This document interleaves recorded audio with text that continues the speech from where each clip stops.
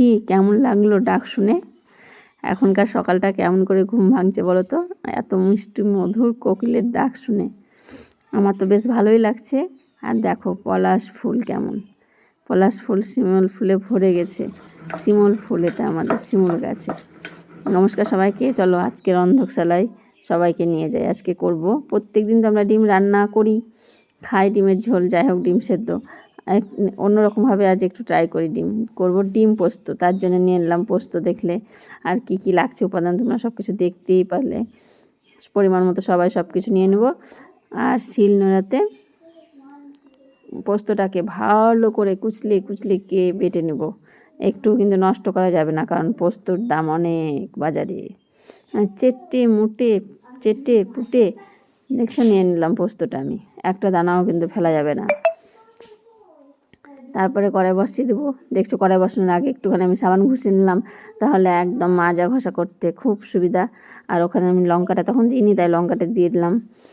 দিয়ে এখন কড়াইতে দেখো সুন্দর, আর তেল ছিটে পড়বে না, গা হাত পড়বে না, তার জন্য 1 চিমটে হলুদ দিয়ে দিলাম সামান্য। দিয়ে ডিমটা আমি ভেজে নিচ্ছি। আর ডিম নিয়ে একটুখানি হলুদ দিলে এত সুন্দর রঙ হয় দেখতে, কি বলবো, দারুণ দারুণ লাগে।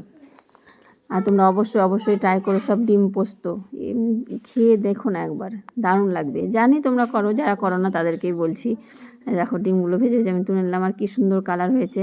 আর আলু আমি দিলাম, আলু তোমরা ইচ্ছে হলে দিতেও পারো, না দিতেও পারো। আমার বাচ্চারা খেতে ভালোবাসে, তাই আমি দিয়ে দিলাম। আলুটাকেও ভেজে নিচ্ছি ভালো করে, হয়ে গেছে। তারপরে কড়াইতে দিয়ে দিলাম তেজপাতা। পেঁয়াজটাকে আমি ভাজা ভাজা করে দিচ্ছি সুন্দর করে। তার ভাজার সাথে সাথে আমি টমেটোটাও দিয়ে দিলাম। আর টমেটোর গায়ে একটুখানি লবণ দিয়ে দিলাম। লবণ দিলে টমেটোটা এত সুন্দর গলে যায়, ঝামেলা হয় না কোনো, খুব ভালো লাগে। টমেটো গলে গেলে স্বাদ হয় খুব সুন্দর। আর এবার আমি কষে নিলাম। তারপরে দিয়ে দিচ্ছি মশলার সঙ্গে একটুখানি হলুদ দিলাম, তাহলে আর ছিটকে আর কি গায়ে পুড়বে না, গা হাতে মশলা আসবে না।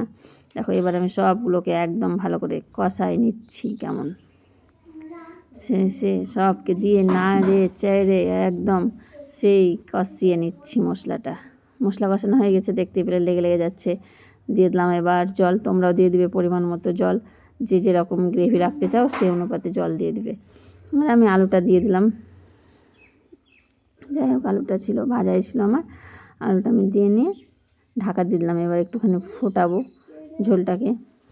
আর দেখো ডিমগুলো, আর ডিমটা একটু ভেতরটায় যেন একটু ঝোলটা ঢোকে, সুস্বাদু করার জন্য এইভাবে আমি পেটটা ফাঁসাই নিয়েছি ডিমের। দেখছো চামচ ভরবে গাদাস করে, আর ডিমের পেটটাকে এইভাবে ফুটিয়ে নেবে, তাহলে দেখবে ডিমের কেমন স্বাদ হয় কুসুমের ভেতরে ঝোল ঢুকে গিয়ে, সেই টেস্ট।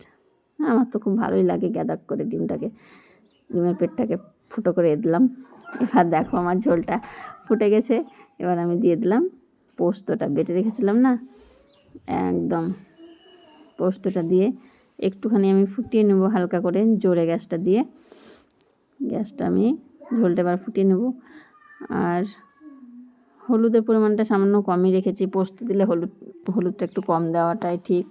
দেখো পোস্ত নষ্ট করা যাবে না, আগেই বলেছি, তার জন্য ধুয়ে মুছে আমি দিয়ে দিলাম একদম, যেইটুকু লেগেছিলো সেইটুকু রাখা যাবে না।